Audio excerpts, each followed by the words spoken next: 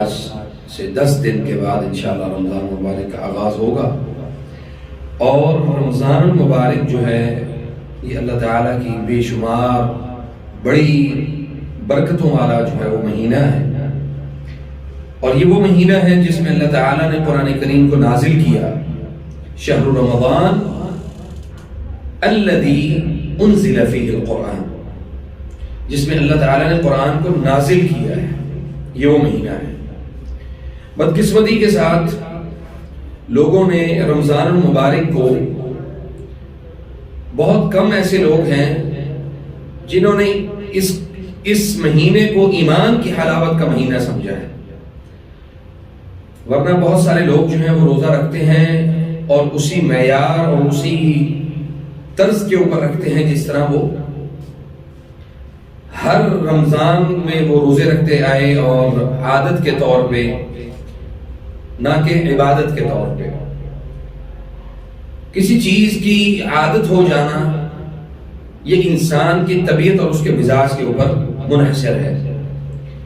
اور کسی چیز کو اس کی اصل کے مطابق ادا کرنا یہ قاعدہ ہے، یہ اصول ہے کہ اگر آپ نے اس اصول کو اختیار کیا، اس قاعدے کو اختیار کیا کہ جس کا اصل مقصد یہ ہے کہ جو حکم ملا ہے میں اس حکم کی تعمیل کرتے ہوئے میں رمضان المبارک کے روزے رکھوں، رمضان المبارک میں تلاوت کروں، رمضان المبارک سے بھرپور فائدہ اٹھانے کی کوشش کروں، تو پھر آپ کی عبادت کا وہ اصل قاعدہ اور اصول جو ہے وہ مکمل ہوتا ہے۔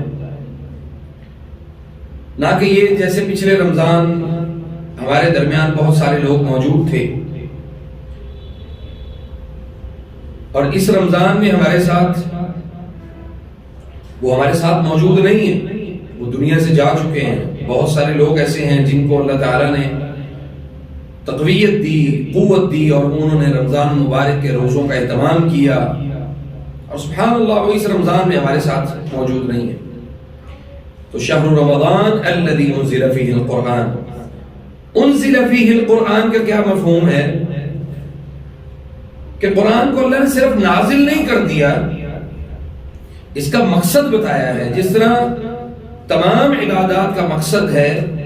اسی طرح قرآن کریم کے نزول کا بھی مقصد ہے۔ قرآن کریم کو اللہ تعالیٰ نے صرف کتاب، شفا کی کتاب نہیں کہا، قرآن کریم کو اللہ تعالیٰ نے صرف یہ نہیں کہا کہ یہ ایک کتابچہ ہے، کاغذ ہیں اور اوراق ہیں، یہ نہیں کہا، بلکہ کہا ہے اللہ تعالیٰ نے ہدی للناس وبینات من الہدی والفرقان، اس میں لوگوں کے لیے ہدایت ہے، اس میں آرڈرز ہیں، اس میں اللہ تعالیٰ کے احکامات ہیں، اس میں اللہ تعالیٰ کے اوامر اور نواہی ہیں۔ کچھ چیزوں کو اللہ تعالیٰ نے اختیار کرنے کا حکم دیا ہے، کچھ چیزوں سے اللہ تعالیٰ نے منع کر دیا ہے۔ تو دراصل رمضان المبارک جو ہے یہ ایک پریکٹس ہے آپ کے ایمان کی، ہمارے ایمان کی، ہمارے عقیدہ توحید کی، اور اللہ تعالیٰ سے اس کے اوپر بہت زیادہ دعا ہمیں کرنی چاہیے کہ یا ہم سے بھلے تھوڑا لے ضرور، لیکن کام ہم سے اپنے دین کے لیے ضرور لے لیں، اور اپنے آپ کو اللہ تعالیٰ کے لیے وقف کریں، اللہ تعالیٰ سے دعا کریں۔ ہمارے اندر بے شمار کمیاں، کوتاہیاں، غلطیاں ہو سکتی ہیں، ہوں گی یقیناً، لیکن اللہ تعالیٰ ہماری ان کمیوں کو، ان غلطیوں کو، ان کوتاہیوں کو اللہ درگزر فرمائے، اور ہمیں رمضان المبارک کے اس مہینے میں بہترین قوت اللہ تعالیٰ ہمیں عطا فرمائے کہ ہم اس سے بھرپور فائدہ اٹھا سکیں، قرآن کریم کو جو ہے وہ اس کو سمجھ کے ہم پڑھ سکیں۔ یہ ایسا پیغام نہیں ہے جس کو سمجھا نہ جا سکے، یہ ان نون میسج نہیں ہے، یہ بلکہ نون میسج ہے، جانا ہوا میسج ہے، علم والا میسج ہے،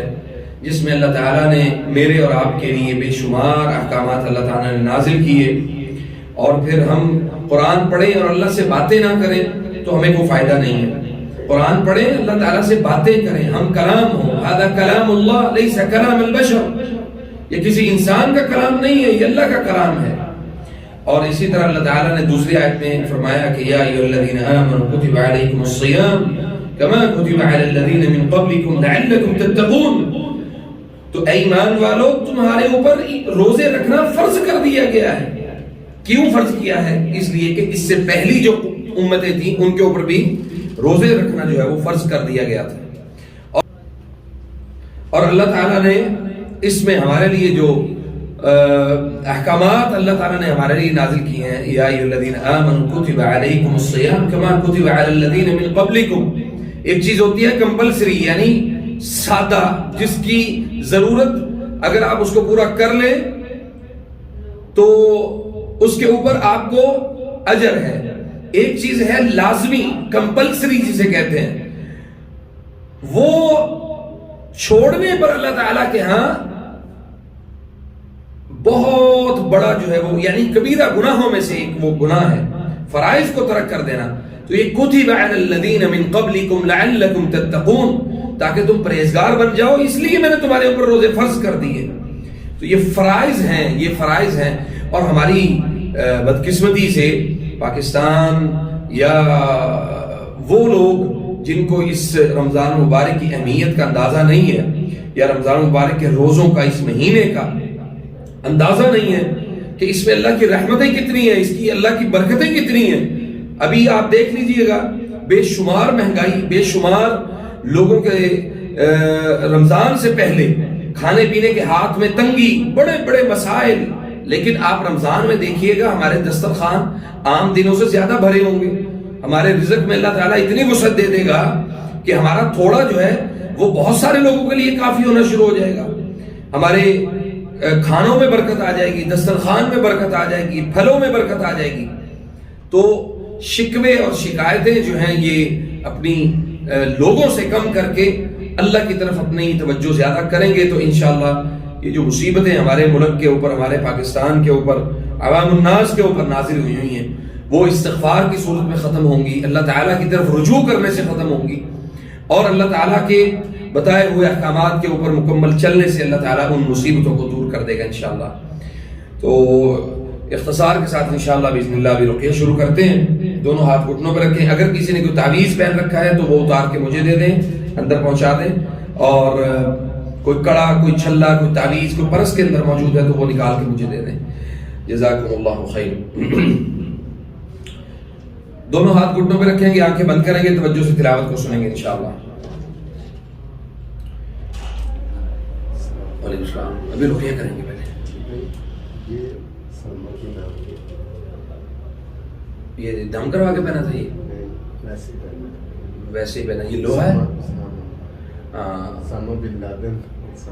اچھا اچھا اچھا، آپ نے اس کے نام سے، اچھا اچھا اچھا، چلے یہ لوہے کا ہے تو یہ تو جائز نہیں ہے، ہاں چاندی پہن سکتے ہیں، کوئی غرض نہیں۔